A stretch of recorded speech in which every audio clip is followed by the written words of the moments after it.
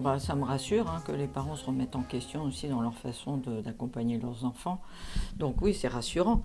Euh, Ce qu'il est important, c'est ne pas répéter quelque chose qui pourrait insécuriser l'enfant. Évidemment, crier sur son enfant tous les jours, ça va devenir un mode de communication qui va devenir familier et donc il sera en état de vigilance en permanence l'enfant puisque ben, c'est un peu impressionnant, enfin, en tout cas quand l'enfant ne s'y attend pas.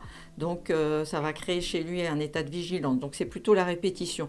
Mais si c'est une fois de temps en temps, parce que voilà, la maman, elle était à bout et qu'elle n'a pas pu faire autrement, c'est bien qu'elle puisse remettre en question en disant, mais voilà, qu'est-ce qui m'arrive? Je dois être épuisée, je dois être fatiguée, et de lui expliquer que ben, c'est pas comme ça qu'elle avait envie de réagir, mais que voilà, elle était à bout. Enfin, il faut que l'enfant il comprenne que c'est pas normal pour la maman qui veut justement expliquer les choses.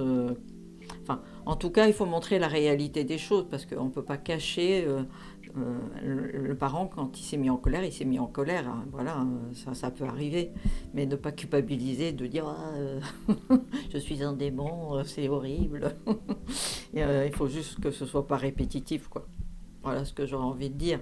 Et ça arrive à tout parent, quoi. C'est normal, on est des humains. Donc il y a des moments où on est en perte d'énergie, on n'en peut plus, on est submergé par la fatigue, les contraintes, les obligations. Donc oui, c'est un peu normal.